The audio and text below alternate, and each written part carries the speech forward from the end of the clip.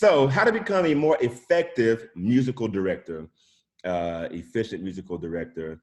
There's this code that I've kind of solidified over my years of doing this that I like to live by. And this isn't necessarily, something that you have to be set in stone. This is just what I have lived by, and it's worked for me.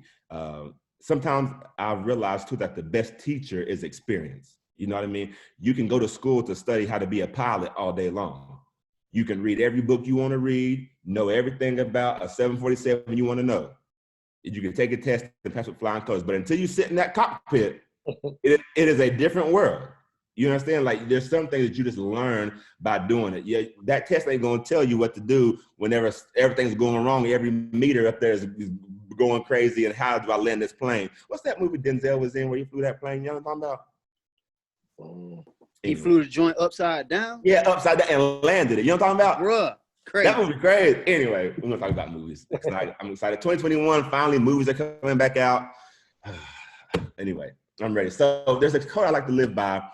It's like a 3-tiered thing I like to live by, and that is honor, servanthood, and excellence.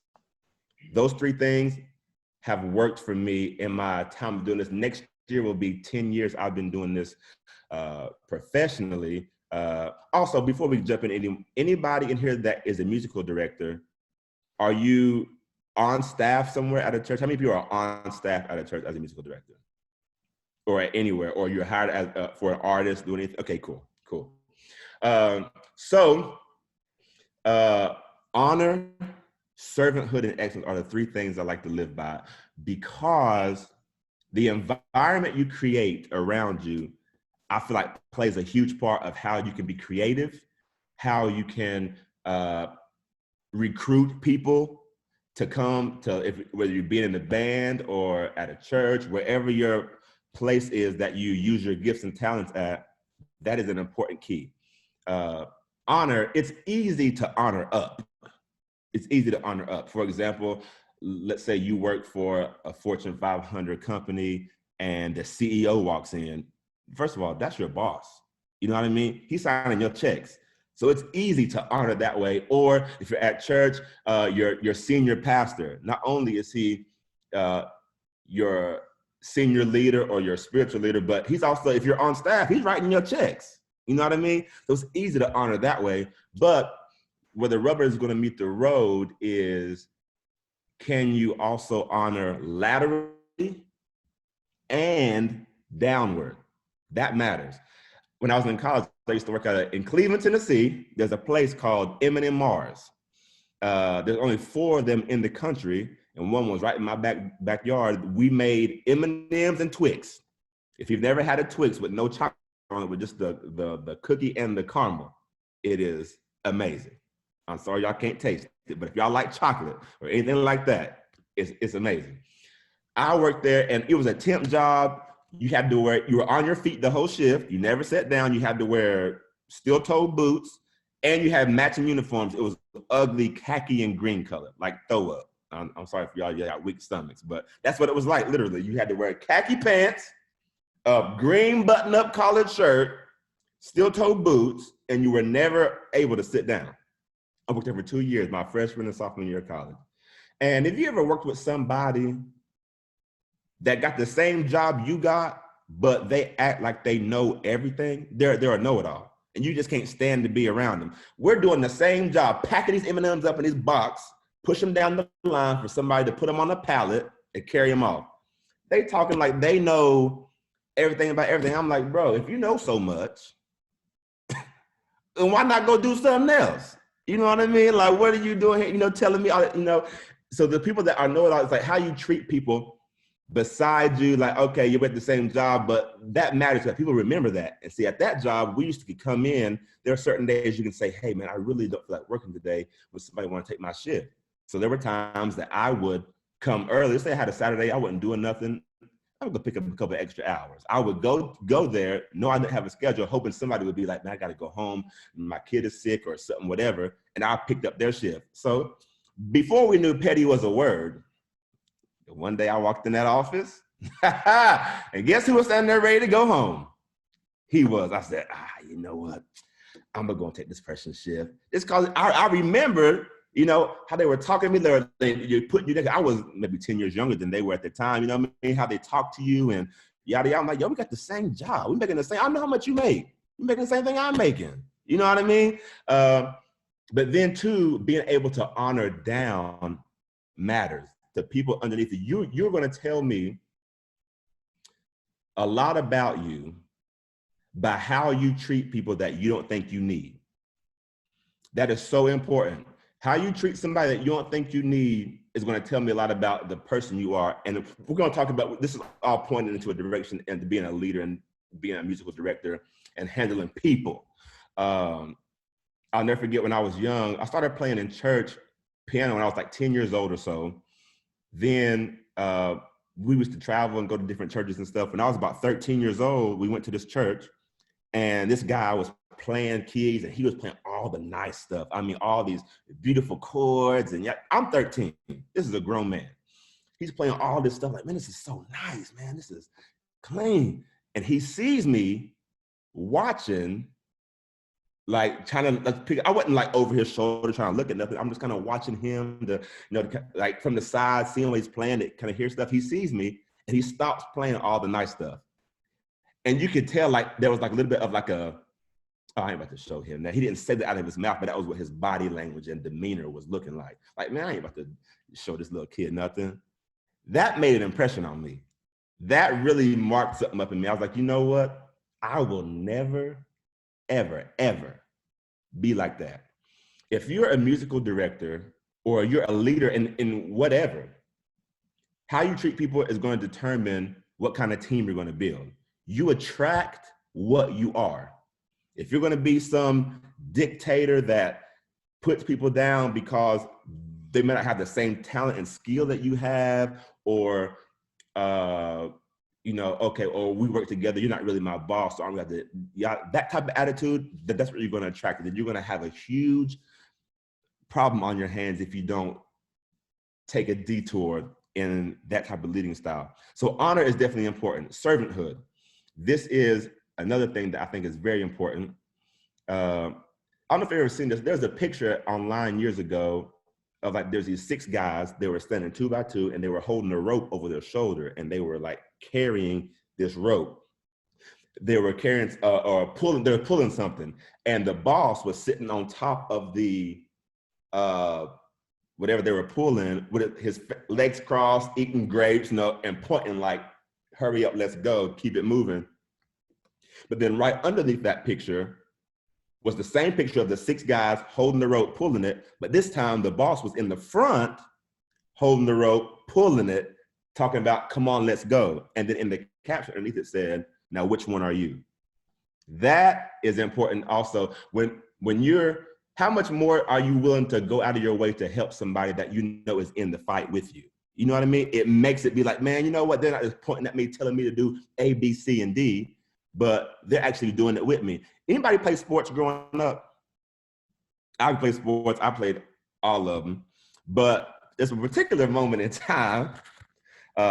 So in high school, our football coach, my junior year, after that, he left to go to a rival high school and be their head coach. And he messed up and agreed to our head coach to have a scrimmage during training camp. So, we already bitter. We're like, oh, so you're going to just leave us and then come scrimmage us too? We was getting ready to. So we knew from jump, I don't care if nobody comes. I don't care if we score a single touchdown. We are going to beat the daylights out of this thing. I don't mean on the scoreboard. I mean physically, we are going to kill y'all. Just because of spite, because we wanted to sit there. But anyway, so there was one particular play. My cousin actually played on the team with me. Starts drawing with this wide receiver. They square up. I don't know if y'all violent people, but football can be a violent sport at times. Well, 2 of the opposing team jump him. So I'm the closest one to it. So first of all, it's my cousin, and then my teammate. So anyway. So there's action that got taken. Now we're close to their sideline. It come through there and hands flying everywhere. You feel like you're invincible with them pads on. But then I'll look up and their whole sideline has cleared to come out against just me and my cousin. So there's a moment now, I'm like, you know what? I'm going to have to fight anyway. But I'm scared to death. I'm like, listen, there's 60 of y'all, and there's 2 of us over here. But I kind of look in my peripheral vision, my sideline cleared. So, you know, by now I'm thinking, I'm feeling like Superman. You know what I mean? So now that I know my boys is with me, I'm like, oh, we getting ready to go. But that feeling that I had to know that I wasn't by myself, you know what I mean? One for all for one, and we're in the fight together. That's what gave me the confidence to jump out there and make things happen. So when you serve each other, when you serve your team, when you're building a team, just because you're the leader doesn't mean you sit back at this point and do this, do A, B, C, and D. You know what I mean? You serve each other. You show them like, listen, I'm in the fight with you. We're gonna get over this hump. We're gonna learn this music together, which is gonna go to our next point, because there are certain things though that don't take skill. This is my last one and then we're going to open the floor for discussion and have some good talk. Excellence. If it's anything that's going to be a deal breaker for me, is people who don't operate in this type of realm. There are certain things that don't take skill, okay? Excellence, first of all, does not mean perfection. Nobody's perfect. That doesn't mean that you're going to get up there on your instrument and play every note correctly. It's not going to happen. It's not going to mean you're going to sing every note right. You're not going to remember every lyric. You're going to forget you're going to miss a cue when the guy says chorus and you didn't hear it, and then you start singing the bridge and you're on the wrong section of the song. Those things happen. But there are certain things that don't take skill. Being prepared, that doesn't take a skill. Being punctual and being on time does not take a skill. That takes discipline. Discipline and skill set are 2 different things. Now, I am a very lenient person when it comes to a lot of things. And I understand life happens. I've woken up late many times. But when you see a pattern, and especially when we'll talk about that in a second, I don't want to get ahead of myself.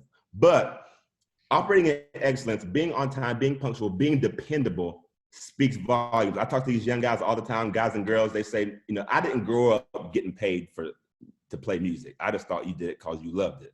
That's how I grew up. It wasn't until I was grown. I was like, what? I got a check for doing that? I was going to do this for free anyway. You know what I mean? It's just a good feeling. But I came up under people that taught me the right way. You know, these young people today, I say young people like I'm old, but that they say this honestly a saying, y'all may have heard it. If it ain't paying, I'm not playing.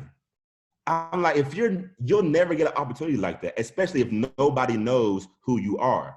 If you're looking for an opportunity, take opportunities that come and then be prepared, be early, actually be the most prepared person in the room. I don't play guitar. I wish I did. I know some chords. I can like strum you a chord or two, but I know Bryant. Bryant plays guitar. I know he plays at our church. He's a guitar player. I'm not like that, but I promise you I can articulate and tell you what the guitar player is supposed to play, where the spots is at. Hey, that line is wrong. Let's catch that real quick. And I can always tell by looking at people like, okay, maybe he heard it, he kind of knows where it's at, he just maybe forgot, or if they just did not know it. That's only gonna fly so many times. And you will continue to permit what you don't check. If you let stuff just go and never address things, that's part about being a musical director or a leader too, is to not be afraid to have those hard conversations. You have to be able to face people. And I too, we can talk about stories for here forever now. We on something I can talk about forever. And I'm sorry to say it, anything secular I've always done, it's always been easier. People that seem to understand it. It's like, hey, this is what it is. It's the job. We're going to do it, whatever. But when you move to the church for some reason, it's always so touchy-feely. People, you know, their feelings be hurt. Talk, Doc, talk. And, you know, and I understand, but there's still, for people like us, creatives and musical people, there's a line I have to draw. I'm sorry, because you are, first of all, you're on a stage, you're a visible department, number one. It's not like I'll serve in maintenance or the cleaning crew or parking lot, which is very vital, or administration. Without admin, we know things couldn't run. Businesses couldn't run. Labels couldn't run. Nothing could run without the administration part. But when it comes time for showtime, Nobody sees the administration all week on the computer, making sure things run smooth. We are a very seen group of people. So if stuff is missing, I'm sorry. And if you're a musical director, at the end of the day, they're looking at you. They're looking at me. They have no meeting with the drummer who was 45 minutes late or missed 2 intros. They're looking at me. So now I got to sit here and pay the piper for it. So this is where we can start to have open conversation, because this is where things can get tricky. And we're getting more to a more technical thing now. Paid versus unpaid. There is a different, I am way more lenient with unpaid than paid. And there's pros and cons to both sides of this. So when you're working with volunteers, at my church, we have 2 campuses where everybody's volunteer. How do you maintain a certain level of excellence knowing that you can't require certain things like the moon from people who are volunteering their time? You know what I mean? That goes back to me saying you attract what you are. How can I expect people to be on time and show up if I'm not on time and show up? I'm there early every time. I unlock the church on Sunday mornings. I'm there before anybody gets there. Like, it's dark, alarm is on, turning everything on, getting things cleaned up, ready to go. So when the players walk in, it's plug and play. You know what I mean? Make sure lights is up, people feel good. Say amen, Brian. You over there tell you, say amen, Doc, help us. Hey, Listen, but you create that environment that people want to come to. Now, there is an expectation. Our church is kind of a place where it is a very musical place, and you can't just come in there expecting to play 3 chords and get out, because anything can happen musically, and we are very spontaneous. I may hear something in the moment like, oh, hey, Brian, catch this line right here. You know what I mean? And so there's a level of musicianship that has to be there, but how do you also create a culture that allows people who may not be on that skill level to still develop? You put the right pieces around people to kind of be able to cover and help people develop, and you give opportunity and you give leeway. One thing I have learned, if people don't feel like there's a place for them, they will go somewhere else and find somewhere else to serve. That's just it. If they feel welcome and that what their gift adds to, it don't matter if they're, on a beginner level, but they feel a part of it, it'll push them to want to be better. Like, you know what, man, they're playing this. I have to find a way to be creative so I can make sure that this thing works. Now, back to my original point. Paid versus unpaid. There's pros and cons to both. When it comes to volunteers, I'm gonna give a church example, or even in the secular world, when people are volunteering their time, you know that they're there because they want to be. You never have to question, most times, what their thought process or where their heart is in it. You know what I mean? We used to do this. We used to travel and sing and do stuff, and we had a guy who would bring his PA system every time for free, just because he loved it. He didn't ask for a dime. He just loved to do it. So I never had to ask and question if he loved it or not. But here's the con to volunteers is, one, like I said, you can't necessarily require a whole bunch of things from them.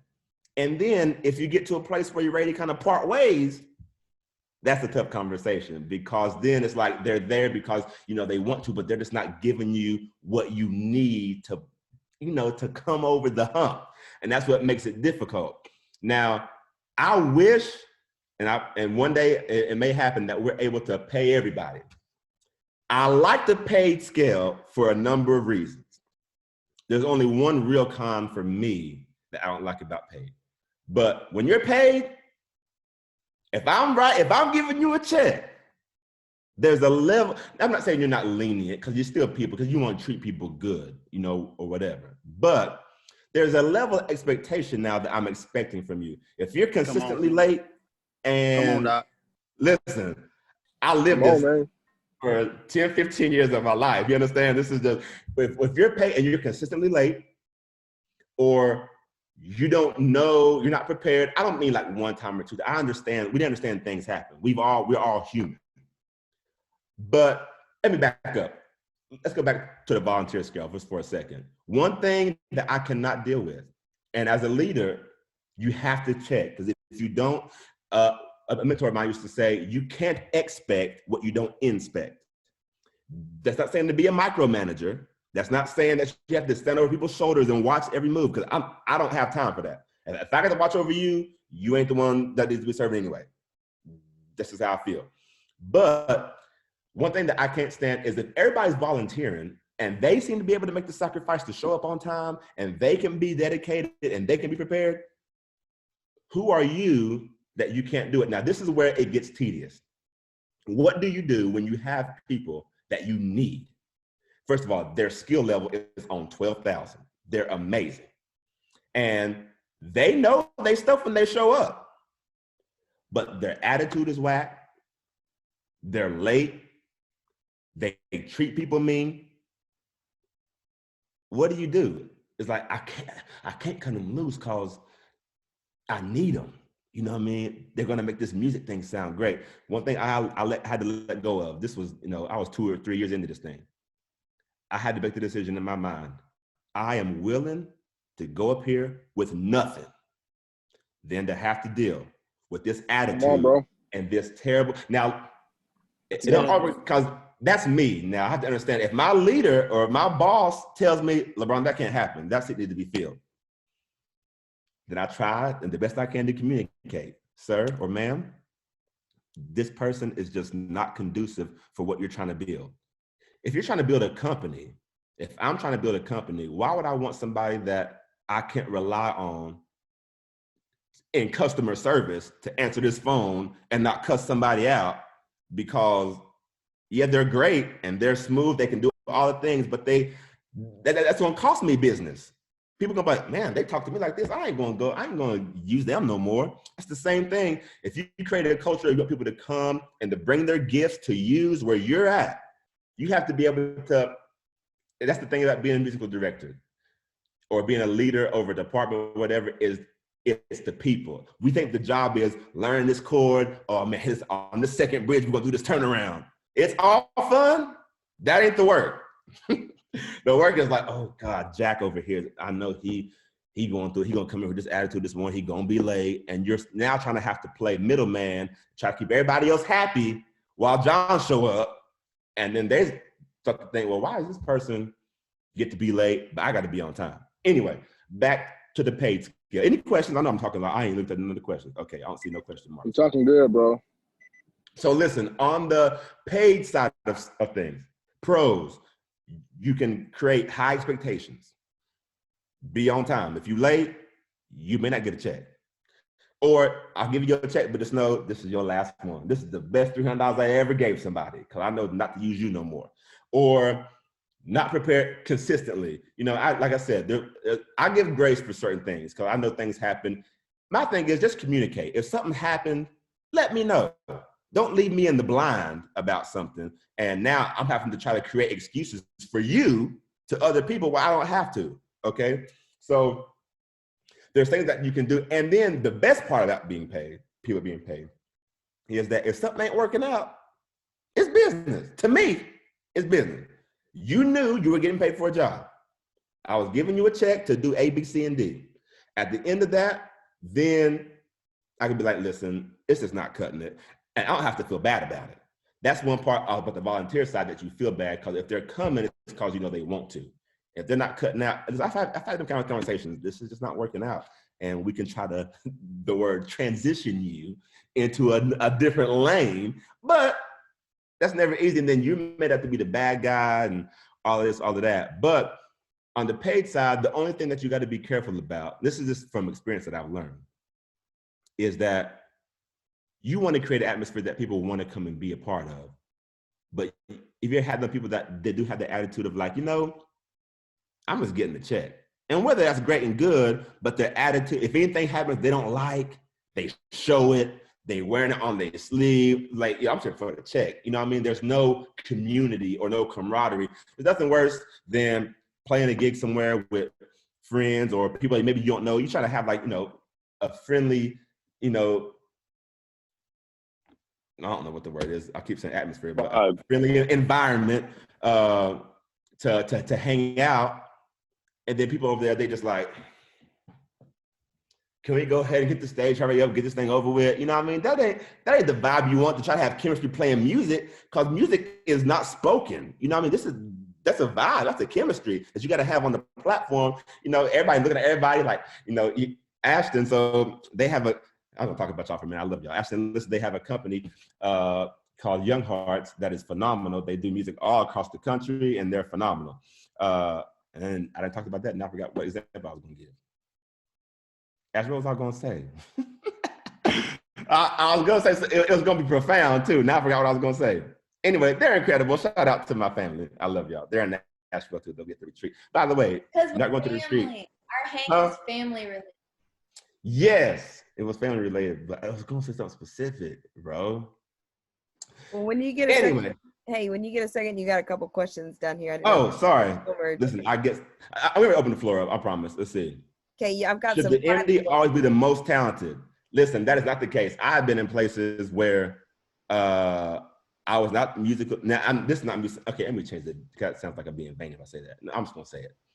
There's been times I've been in places where I was not the musical director, but I knew by far, I'm not even a bass player like that. I can play on the bass. I'll get you through a set, but I ain't going to be out here just killing. You know what I mean? The bass player was the MD, and I said, dude, you are just not it. But I knew my role, and I'm just going to play my instrument. Now, that particular time, I knew I was coming to get a check. Now, that don't mean I wasn't nice to people, but I knew, hey, I'm getting this check today, and I'm going to the crib. But the musical director does not have to be the most talented person in the room. I think it's whoever is going to get the job done. Have you ever been to a place where you hear a band playing, and you can tell who the most talented person is because they try to show out? You know what I mean? They want you to know they're the most talented person. They're not playing inside of the band. You know what I mean? There's this keys player one time went somewhere. The band was solid. As long as you're playing together, that's what makes the difference. You know what I mean? If you're playing a simple groove, boom, and it's feeling good, ride that out right there. But then you got that one guy that gets bored and wants to just start showing out. I'm like, dude, it takes away all the attention. Is now pointed to that person, and they're not playing as a group anymore. I'm out on that. Anyway, to answer your question, Charles, no, you don't have to be the most talented person. I don't think so. Okay, this is from, as a worship leader, building a team from scratch, what should someone look for in a musical director? So, are you saying that right now you serve as the leader, and you are trying to find the MD? Yeah, I feel like that's probably going to be the first role that I would look to fill, as somebody to help with that. Yeah, I think that is an important role for a number of reasons. Just because a musical director carries the weight of a whole lot of things. I don't know how creative your place is. Now, are y'all writing music? Are you arranging things? There's a lot of times we'll take a song, let's say it's Beth did a song, we just do it just like that. It don't take no creativity. But sometimes if we do the same song for 5-6 times, we're like, man, let's try to do this. Let's do something else. You know what I mean? A musical director kind of start to shape that and then present it to the team like, hey, we're thinking about this. But they also handle things like recruitment of players, doing things like making charts. There are things that person does. And so I think when you're looking for one, do they have that skill set? Because they have to be administrative to some degree. You have to be organized to be able to keep things together, personnel, putting people in the right, it's almost like not a coach, but knowing how to put people in the right positions to be successful. You know what I mean? Yes, skill and talent, that's just like a prerequisite. You got to be able to have a skill to do it regardless. But that is a vital piece, I think, that you can build around. When you have a musical director, that's kind of saying this person is going to be here for a minute, that you can start to build your team around. You know, like Anthony Davis and the Lakers. He just signed that deal. I don't know if they're a basketball fan, but they can build around that. Okay, I didn't see nobody talking about basketball, so I'm going to use a different reference because that didn't go over well. So I would use that. I would get musical directors. What's the question? Yes. What you look for: administrative, good with people, because you're trusting this person to be able to be a good communicator. They gotta be the best communicator. They don't have to be an extrovert like me and just talk to anybody and don't meet any strangers.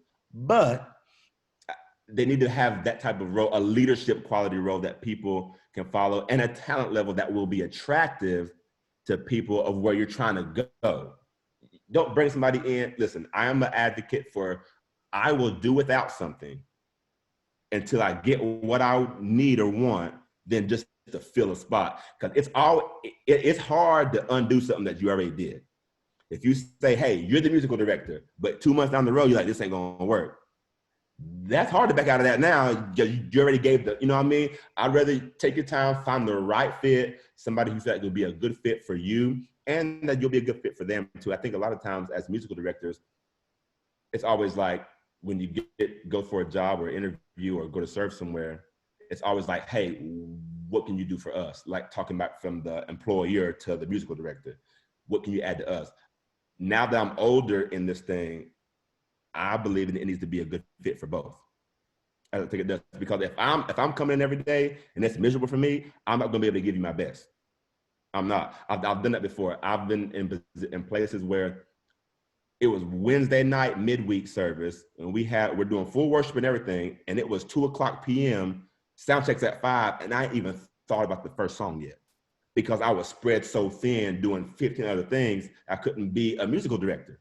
You know what I mean? I think it needs to be a good fit for both, but I would take your time. I wouldn't just jump in there, just grab somebody because you needed something.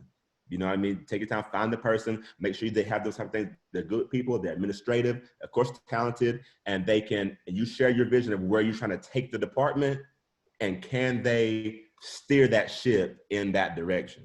You know what I mean? And then give opportunity. Have them come up for you Sundays or wherever. Hey, we have this month of February. We need 4 set lists for each Sunday, and you're gonna run the rehearsal. Can they run a rehearsal? You know what I mean? Can they get you through a sound check? Like, what does your sound check look like? Can it be smooth and professional, and understand what needs to happen? Where can they communicate with front of house, technical things to get things done? That type of thing. You know, I think when you talk about an MD, those are some skills that I think they need to have, that you'll know, okay, this person can make it. I hope I answered your question. I kind of went the long way around. Yeah, no, that's good. Further questions. Does the MD have to play an instrument? I say yes. I even think, now I know like artists or worship leaders, singers who don't play, who hold like the highest position.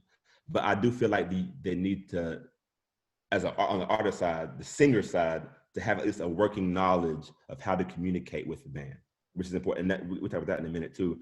But as an MD, if I'm a musical director, I would say it's probably very important to be able to play something, because how can you relate to what a band member is talking about if you have no knowledge of it? Why am I going to pay you, a salary to come do something when what I'm hiring you to do, you can't play? I would say yes, that they would need to play an instrument, and it doesn't have to be keys. It can be any of like the main, I think, rhythmic instruments, keys, guitar, even if it's drums. I know MDs that have been drummers, you know what I mean? And killing, you know what I mean? But they know how to build the team around them. Like, okay, I need this person to play key. I need this person to make this thing happen. Let's see, any other questions over here? Yeah, I've got about 4 for you. You ready? I'm ready, hit me. Okay, so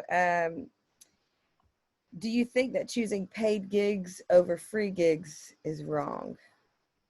No, absolutely not. Listen, I sent a meme one time that said, hey, exposure can't pay my light bill. But here's the thing that I say. You can always tell when people are thirsty for something because they just want to get paid.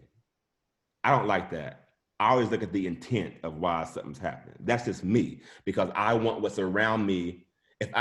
Oh my goodness. Have you ever had this experience where you recommend somebody for a job or for a gig, and they get there and they just embarrass you for even recommending them? Listen, that is the worst thing on the planet. I'm like, I will never again, because you can tell then that they're there just to try to get a check. And then if you're there to get a check, that's fine. But do all the things that you got to do to make it worth it and make me look good. My name out here on you now. You know, embarrass me or just not show up. Like do bad or just not show up. Right. Right. Yeah. Oh, okay. There's a story behind all of that too. We won't get into all those details, but I don't think it's bad to take a gig that's paid. I think you should. I think you should be compensated for your work. What people don't understand who don't work in this field, they think when they see you on the stage that particular day that you just showed up and it happened. They don't see you at home working every day, learning music. While you're in the shower, you got to play in the background just so you don't miss the hits. You know what I mean? Like, I know what notes it is. I can't remember I can't get the timing right. You're listening to it all the time. You're driving in the car.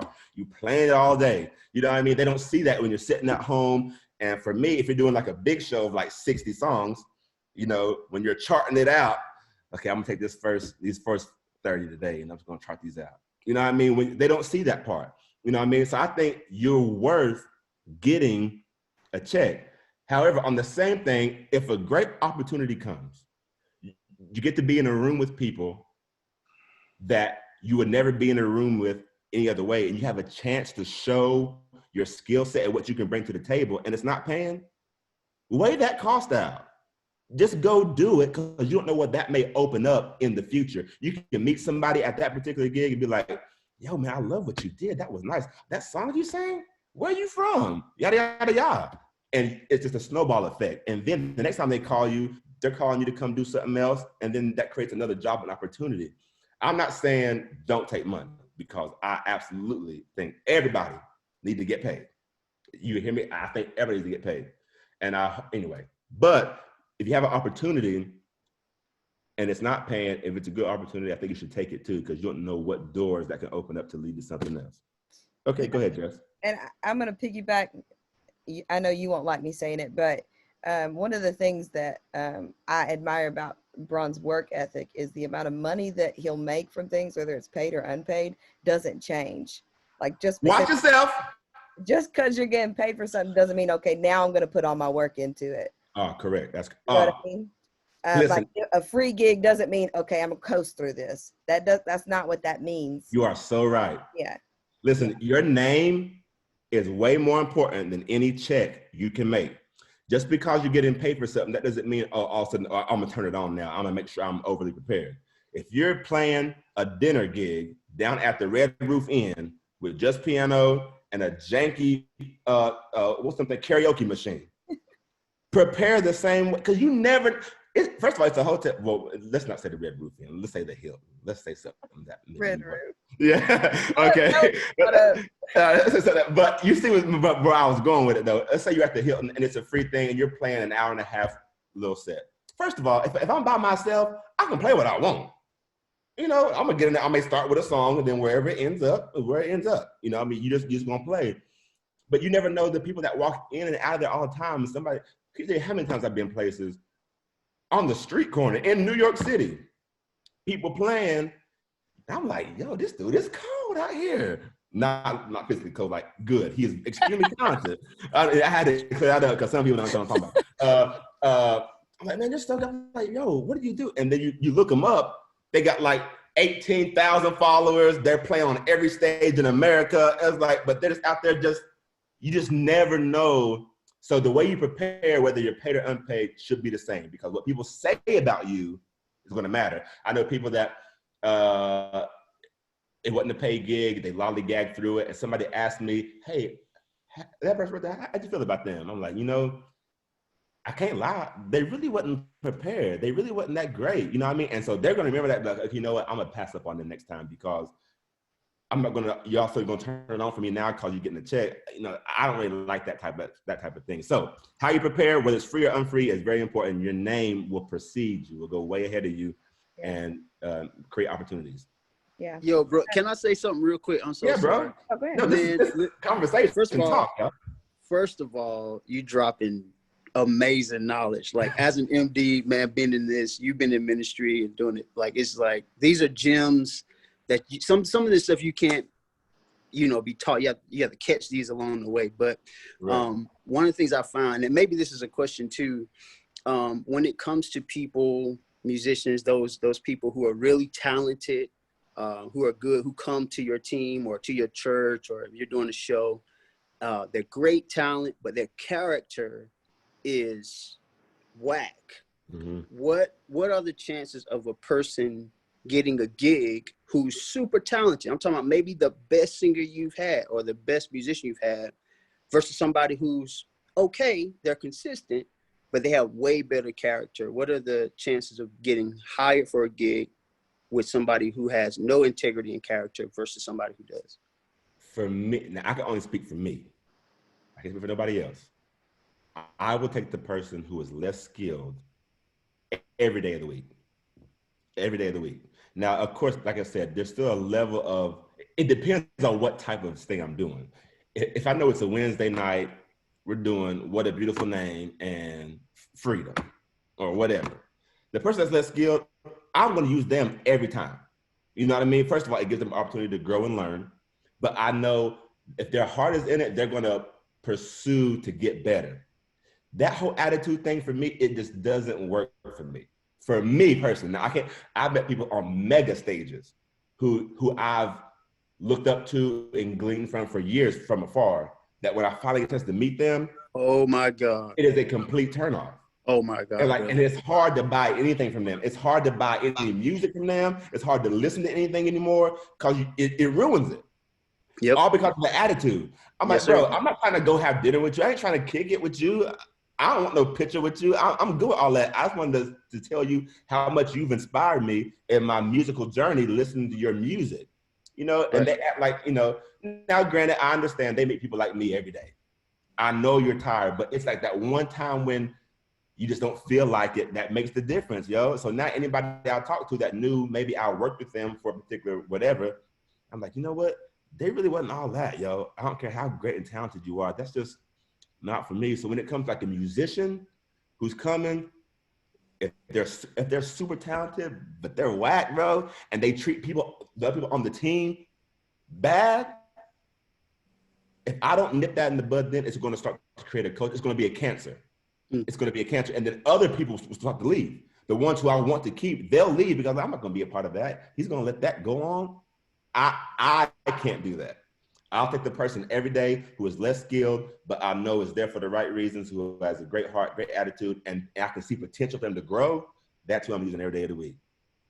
That's tough though, man, because I understand when you have nobody, let's say all you have is that drummer. He's all you got. He knows he's all you got.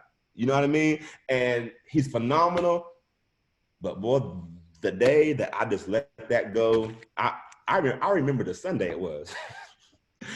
I said, in the middle of the third song, he just starts doing what he wants. He goes rogue. Great. Just starts snapping. I mean, it's like, what a beautiful name. You have no voice.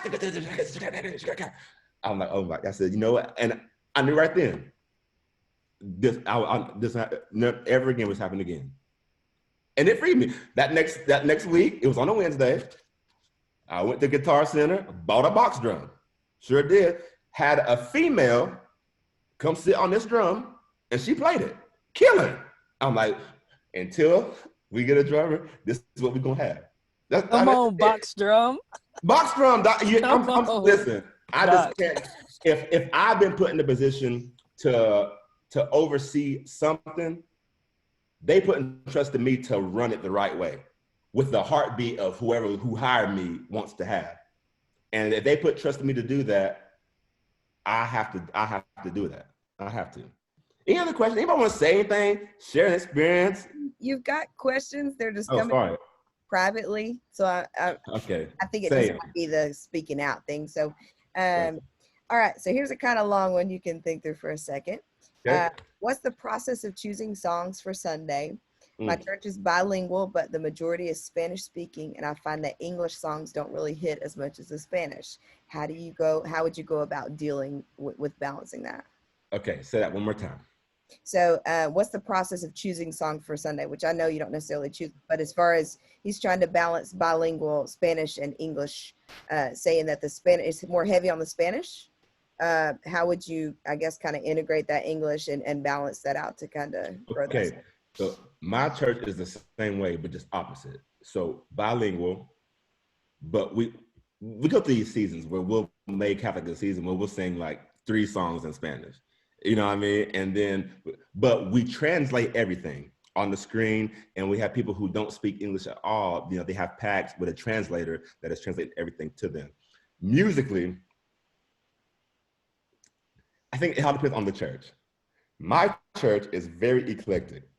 We'll go from singing like straight Hezekiah Walker Black gospel music to singing a Planet Shakers, like almost rock type of song. Do you know that song, what's Chain Breaker? If you got chain, he's a chain break. It's like a country folky type song. We'll sing that on, I mean, from that to like another big ballad, to like a Bethel song. So we can, to a Spanish song, to what's that song that we just do, In Jesus' Name, we did it in Spanish, you know what I mean? Some of those songs like kind of go back and forth, you can do both. To doing that, or we'll take a song and we'll have a translator translate the second verse and we'll sing the whole second verse in Spanish. You know what I mean? I think it depends on whatever your pastor or your leader will allow you to get away with. My pastor's gonna let us do whatever we want, essentially. You know what I mean? He loves all of it. He'll get up, we'll sing something from like some Bethel song. He'll get up, start singing a hymn from 1933 that nobody's ever heard. We're just like, well, let's jump in and hang on, y'all. Just pick a key and see what happens. You know what I mean? Like that type of thing. Picking songs for us, what we do, we try to plan a month out. We try to plan a month out, at least 2 weeks. That's with scheduling and songs, picking who's leading what song. And then as the weeks get closer, we can kind of plug and play different things. It makes it easier than having to like cold turkey. Because if it's Wednesday, you're picking songs for Sunday, that's a little extra added pressure, and you can't like really think through things. So top of the month, the end of, let's say, so we're at the end of, well, we haven't did it this because the Christmas house is crazy. But let's say we get into January. By the end of January, we would have already put schedules up for players and songs, singers, and everything for February. We put it up, they know what's happening. They sometimes know who's already leading the song. And then we go from there. And as it gets closer, we can kind of plug and play. It just makes it easier as far as picking songs of what's happening. And we kind of piggyback off of what's like being said in our services. If pastor's preaching on something specific, we can start to navigate our songs to kind of match what he's doing. As far as the English Spanish thing, I think you have to cater to where your house is. We could never get up on a Sunday and sing just straight all Spanish songs. We couldn't do that. But we have a heavy community of Hispanic people that go to our church. So we do cater to that too, understanding that that is a portion of our church. So as far as like lyrics on the screen, they're translated English and Spanish. We may rewrite a second verse or a bridge to sing in Spanish. We may actually sing a whole Spanish song up until like a chorus or something. And then we'll have like a Spanish worship leader sing the song. You know what I mean? It just grabs that. And it's even for like the English speakers, if it's still on the screen, they can at least read what's being said. You know what I mean? It kind of helps. I think, so that all kind of that all kind of depends on your church and where you're at and what kind of demographic you want to keep pulling in. You know what I mean? If it's still heavy on the Spanish side, but you want to create that more diverse bilingual thing, you have to be intentional about playing into that side of it. Be more intentional about singing English songs, even if you still sing your Spanish songs, but do a verse and bridge in English. You know what I mean? Just to keep that. Does your pastor, who asked that question? Does your pastor or leader speak English too? That was me. What up, LeBron? What's up, bro? Hey, my name is Isaac. I couldn't change the name on my things. That's why it says give me his iPad. The reason why I asked this question is because we translate everything. It's on the screen. We do songs, maybe, the first half in English, second half in Spanish. But sometimes even if we translate it, or let's say we do a whole English song and then translate to the Spanish, translate to another song in Spanish, it's like people are just standing there like, yeah, bro. Even if the lyrics are on the screen. And that's like, as a musician, we see them. We see their faces. We see their body language. And like, it kind of gets a little frustrating, like discouraging. Like, what is it? Are we not on the same page? Is the spirit not moving? So that's why I'm just like, how can we go about this? Like, you know, with the song Okay. selection. Now I'm gonna tell you something. I have found that there is a thin line between doing what you feel like needs to be done musically and then being the church's jukebox. You know, how do you juggle? Say that. Bro, listen. And I've had it in waves where, you know, people are, how can I say this without being like, I'm trying to make sure I say my words how I need to say them. How do you, because you know what songs are going to move the people. You know what to sing, what to play, what is going to get people to be like, oh man, that's it. Like you can play church hits 2000, you know what I mean? And it's going to be great. But then I get to a point where like, listen, that's not the direction that we're trying to go in. You know, so you do something that's like here, and there's been times where I've been hurt and been bitter with people. I'm like, I'm not going to play a song this cause I'm not going to do this just because you feel like we had church if we sing this song. I don't care, you know what I mean? So it's like I had to like find the balance in myself to know everything that we do ain't going to hit. It just ain't, and I can't be moved or swayed or try to do something else just because the response wasn't what I was expecting. You know what I mean? People's response will have you playing, oh, you know what? Anyway, just try to be intentional. I can't say too much. I don't want to get down that road because then You're preaching, Doc. You're preaching. It'll be different. I'm sorry if I didn't answer your question, Ike, man. I'm trying to, that's just the funny thing. I think this depends on like where you are, what you want to do. I wouldn't be moved by how people respond to stuff. Because anytime, how many times have we done a new song, like a new song at the church, and people just standing there watching the screen? It's not because they don't like it, but it's new. You know, but they're learning it. You have to do it a couple times. You know what I mean? There's nothing worse than y'all been rehearsing all week. You feel good about the song. Sound check was killing. Like, oh, we like to smash this song. You get out there and people like this. That's frustrating. You're like, we done worked all week on this. You know, y'all better clap or something, holler, anything. You know what I mean? You just like, man, well, I mean, what's going on? You know, but I had to learn, okay, we prepared, we do it. It was clean.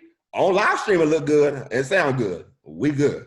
You know what I mean? Go to the next song, and hopefully the next song they can jump in on something. I almost wonder if what you mentioned earlier about like what we do at Redemption with integrating both languages into the song would change something, instead of full English, full Spanish, separate songs, like second verse being Spanish. Because I know one comment at our church from someone who does speak Spanish was, hey, yeah, it's cool that there's translations up there, but y'all don't sing them, so we can't sing it with you. Right. If that makes sense. Like you're singing in English, I can read it, but if I'm singing it in Spanish, we're not together or on the same page. Right. So maybe even, you know, repeating that first verse in Spanish. Right. Or what's that song famous for? Is it that Tar and Will song? Yeah. You know what I'm talking about? So like we sing the whole second verse and second chorus in Spanish. And then we repeat the chorus again back in English again. You know what I mean? Bridge, Spanish, English. So it's the same song, but it gives people like the Hispanic people and the American speaking people a chance to know when that part is being sung, we know it's being said because it's sung in the other language. You know, it's kind of like the American speaking. I didn't know how else to say it in the moment. Y'all know English. Listen, but that's a tough one, man. That one is tough because you do want to, if that's a part of the people who are at your church, you want to pull that in. Now, my pastors don't speak Spanish at all. He tries, but it just doesn't work. But we have people on our staff that are Spanish speaking, so they'll speak and they'll translate. Used to, they used to translate from the platform, you know, old school, but now, you know, they're able to be in the booth and translate the microphone, so they have in-ears in and able to listen to the message and stuff like that. So it's been great, but nice. That's tough, man. Picking songs in general is tough. What to sing week to week, and people don't understand, as an MD or a music director, you have that pressure every week to try to find new songs, try to stay fresh and relevant, you know what I mean? So I call my friends up. I'm like, man, what y'all sing at y'all's church, man? Like, what's something new and fresh that maybe I haven't heard?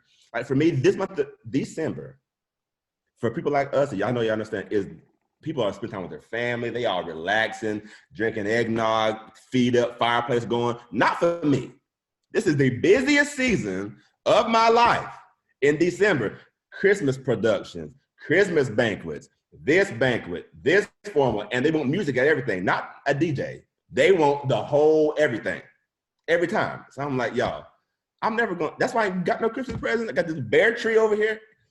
But anyway, picking songs is tough. It's a tough thing, and that's why we try to, if we plan out in advance, it makes it easier as we get closer to just kind of plug and play things and personnel.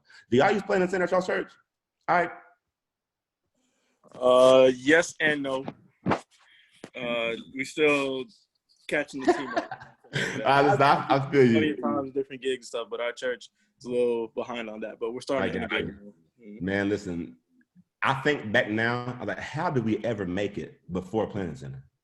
How did we do it before then? If you know what Plain and Center is, it's just like a forum that we use to put up songs, to schedule people.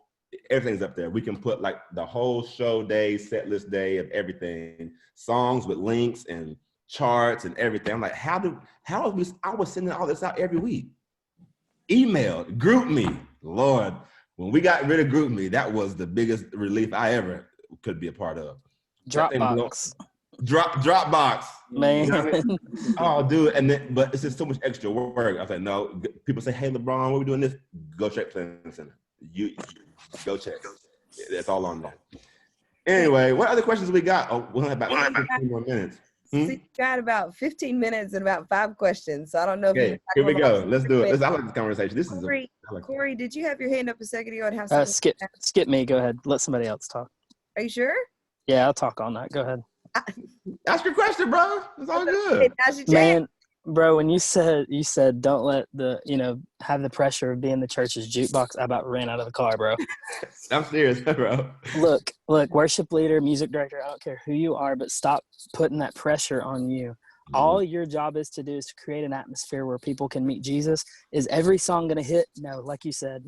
But your assignment is to at least create one element that somebody can connect with. It's not going to be every single song. It may not be the Spanish song, whether you're singing For the Lord God Almighty Reigns or Digno eres tu nuestro Dios poderoso es. It doesn't matter what you're singing. Come on, it's going to somebody connect with, just one thing might connect with somebody. That's your assignment. When you're in a multi-generational church, when you're in a multicultural church, a lot like Redemption when I was there, you have to be, versatile. The Apostle Paul, I'm getting real deep here. The Apostle Paul said, I've become all things to all men so that I might by all means save some.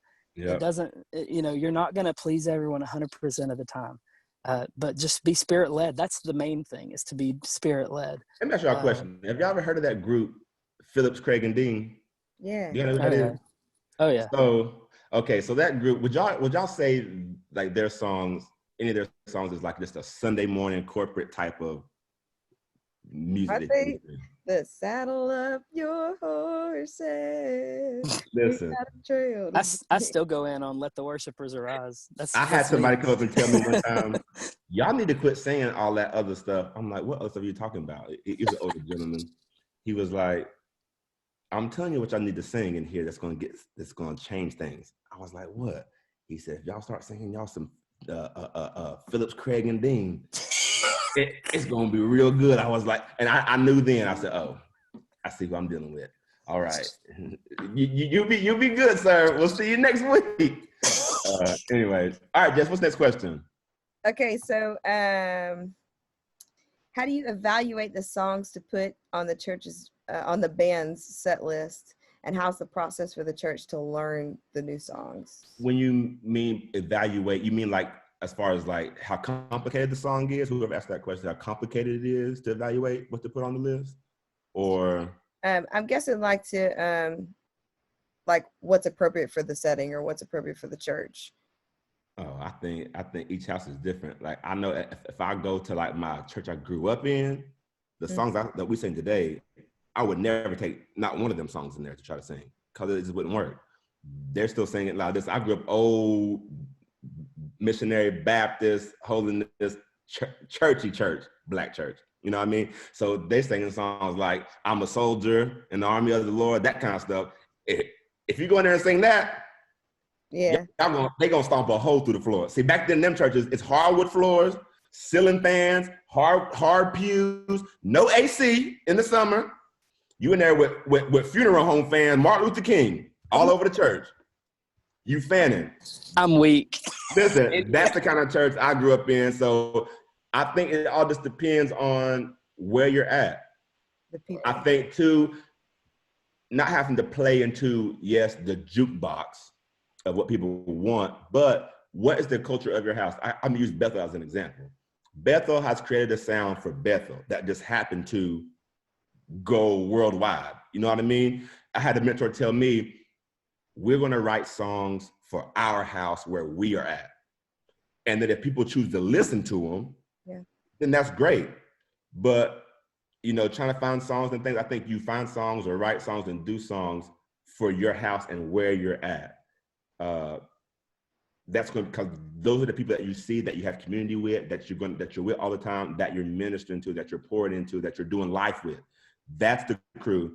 And in that sense, I don't think you're being a jukebox.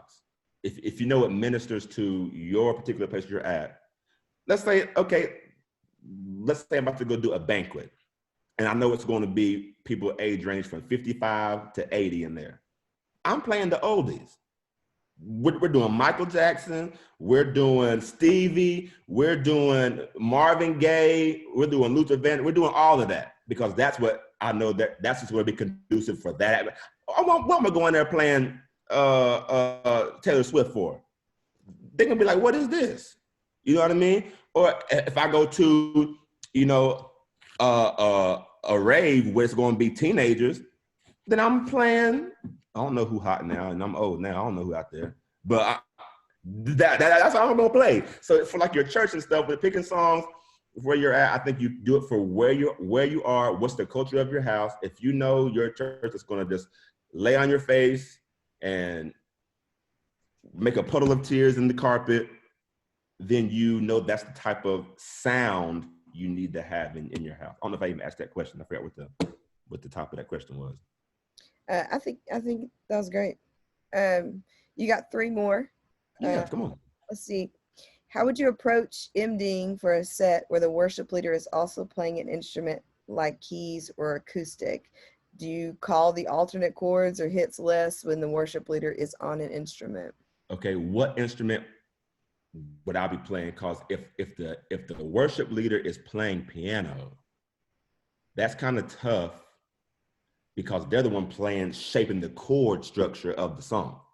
So if I'm playing bass, Or you say guitar? If you're a guitarist. I'm playing guitar. Yeah. If I'm playing guitar, I've been in this situation before, and it can be a train wreck if not done right. It all depends on the worship leader. If it's in a place where they about to be way spontaneous, you up a creek anyway. Just jump in and hang on. Because if they don't know where they're going, how in the world are you gonna be able to articulate and read their mind, unless you just have that chemistry, y'all been doing it for a long time, then that's different. But if they're playing keys, if they've communicated, because there was a guy, I was on organ one time, and the worship leader was playing keys, but left it open for me to MD, but he understood that when he heard stuff start to change behind him, he would get real 151 on his right hand. He wouldn't start playing. He wouldn't be making these chords because he left it open for us to shape the sound of what's happening. Makes it easy. I think that's just a conversation that the worship leader and you, the MD, need to have. Hey, listen, what's kind of your flow like? What do you like to do? If I'm MDing and calling the shots, are you going to be all over the keyboard, or like what kind? Just get that understanding out the way. Talk about that right up front, and then if he's like, "Hey, listen, do what you want. I'm gonna stay out of your way," and you do it, that frees you up to still be creative and do things inside the song. I hope that answered your question. I think I could probably answer this next question how you would say it, but I'm gonna ask it to you. No, go ahead. You say. Let's see how good you are. So Jelana's asking who should drive spontaneous moments from the stage, or how do worship leaders communicate well with their MD on stage to execute those moments well? Okay, back up. Okay, go to the first question first again. Who should drive spontaneous moments from stage, or The worship how? 100%. Okay. Uh-huh. Okay. So this is our church is a very spontaneous church. Extremely. We have a set list prepared. We can get up there and we can sing the first song for 45 minutes and then never make it to nothing else. And we land somewhere over here. We don't know how we got there, but we got there. For us, this is why I think a musical director is important alongside of a worship leader, because it's a relationship, it's a dance. You're both kind of navigating in this thing together. So our worship leader, they're very spontaneous and flow. They'll start singing something and the band have to shape what they're singing in the moment. Okay, this is whatever. If it goes somewhere, it goes somewhere. Now listen, if they stop singing and music is still going, now that has just opened up the whole canvas for me. Because by now, I was already hearing stuff they were saying already. Anyway, would it be like a melody line that we can follow? I'll be like, hey, Brian, I'm just saying, like, catch that line right quick. You know what I mean? Like, start to play that. And then they leave that room for musically us to take the shape somewhere. You know what I mean? So now we're in it and we're creating something that they can still sit on. And then you start hearing people, they have to sing again. And it creates this nice dance. But I understand in my role that I am second in command. Whatever they do on that microphone takes precedence over anything I may have an idea for. You know, you get in a situation where people want to be power hungry, they want to do what they want to do. I'm hearing this and I'm going to do it. That is a recipe for disaster. Our worship leader is always in command. I know because we have that relationship, if he steps away from the microphone, then that's left me room to kind of be creative and make and feel something up, make something happen. But who drives it? They drive 100%. Even our pastor, he's very musical. There ain't nothing getting past him. He sings and everything. So he'll come up and he may take a moment. And we understand on the stage that if he comes up, now he has complete control. You know what I mean? And so now I'm following him while I'm following the worship leader. And then it's a chain of command that we just know that when the pastor gets up, whatever he says takes precedence. When he goes down, then we go back to, you know what I mean, all that type of stuff. So the leader takes precedent. But I think that's also a relationship thing too. How do we work together? Me and our worship leaders have been working together for 4 years. So we've built this chemistry now that we have to say nothing, look at nothing. We just know. You know what I mean? That's the beauty of working together often, because you get that chemistry together. But the B side of that question was what, Jess? How do worship leaders communicate well with their MD on stage to execute those moments? And I'm going to share a story real quick about you. Because I know one thing that he's going to say. What I'm going to say? Give me a second. Okay, so I remember about a year ago, I was leading Bronze on Keys, and there was a moment I wanted to go to.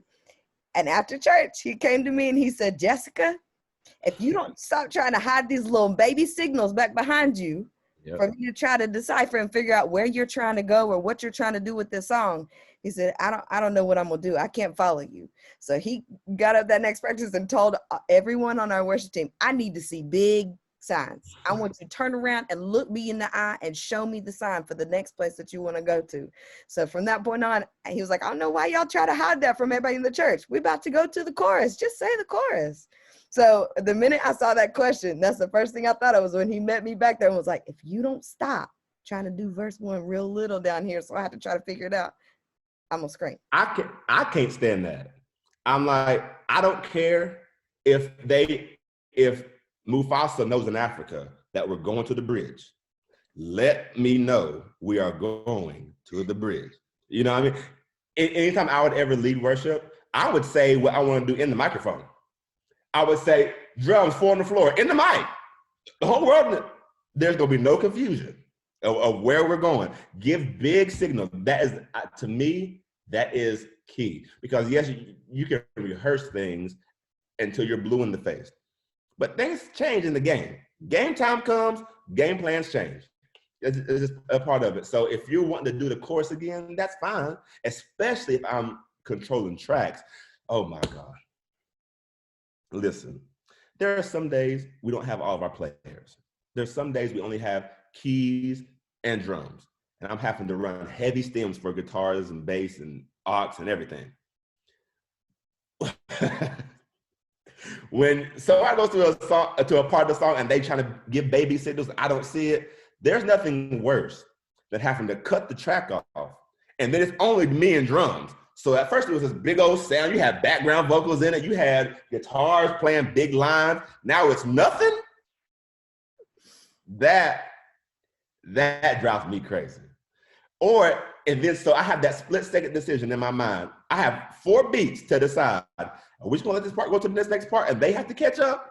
Or am I gonna just cut it off and see what happens? I've learned that, hey, I didn't mess up. You better change them lyrics on the fly and get to this chorus real quick. That's your fault. You know, but the communication I think is key. You know, heavy signals, don't be afraid. People try to be slick, like, I wanna be, oh my goodness, talk about spontaneity. I'm gonna say this one thing and we're gonna move on. No, I ain't. Never mind. Ask the next question, Jess. Ask the next question. I was about to say, does it have anything to do with spontaneous moments? Yeah, but with this that session. Here we go. What's next? Okay, so we have one last question. From a musician perspective, at what point is a musician too creative or doing too much versus approaching a set from the standpoint of sticking to the script? In other words, how do you balance or find the middle ground for musicians doing too much or too little? Say that one more time. Read the whole thing one more time from the top. Okay. From a musician perspective, at what point is a musician too creative or doing too much versus approaching a set from the standpoint of sticking to the script? In other words, how do you balance or find middle ground for musicians doing too much or doing too little? This is an easy one for me. If you're in a setting where you know you're doing these 4 songs, you have 20 minutes to do a set. 20 minutes to do a set. I'm not worried about, so that means you're rehearsing it a certain way. If in rehearsal, I'll go back to drummers because in my heart, I want to be a dope drummer so bad. You know, drummers that get in there and they just be doing all this. It may be nice, but it's taken away, especially in church settings. The music is accompaniment. We are accompanying, can you say that word? What is being said on the microphone. If anything that I do at any point in time is becoming a distraction and taken away from what is being said, it's too much for me. Yeah. And that's don't even mean doing too much. That's if the chord is supposed to be just a straight C major chord, but I'm adding these sharp 13s and flat 9s in it, and it's turning the chordal structure, and people they take away attention off what's being said to like, oh, you know what I mean? Whether it's nice or not, that's too much. There's place and time for all of it. Now, in rehearsal, you can address it. Hey, that's too much. Play the song straight down the page. Play it like that, and we're going home. Okay, now, if we've had that discussion, and we get to showtime, and you make a decision on your own that you're gonna spaz out, then after church, or after the event, we'll have a come to Jesus meeting. And those don't always go good all the time. Because like I said, remember, if you're in that position of leadership, you are responsible for what happens. Because I'm gonna tell you, I'm gonna get a phone call from pastor after church. LeBron, what was that? Ain't the drummer that showed out, it's gonna be me. You know what I'm saying? I'm the one having to answer to that. And I'm like, I ain't leaving the room for that. Just what's the other part of that question was?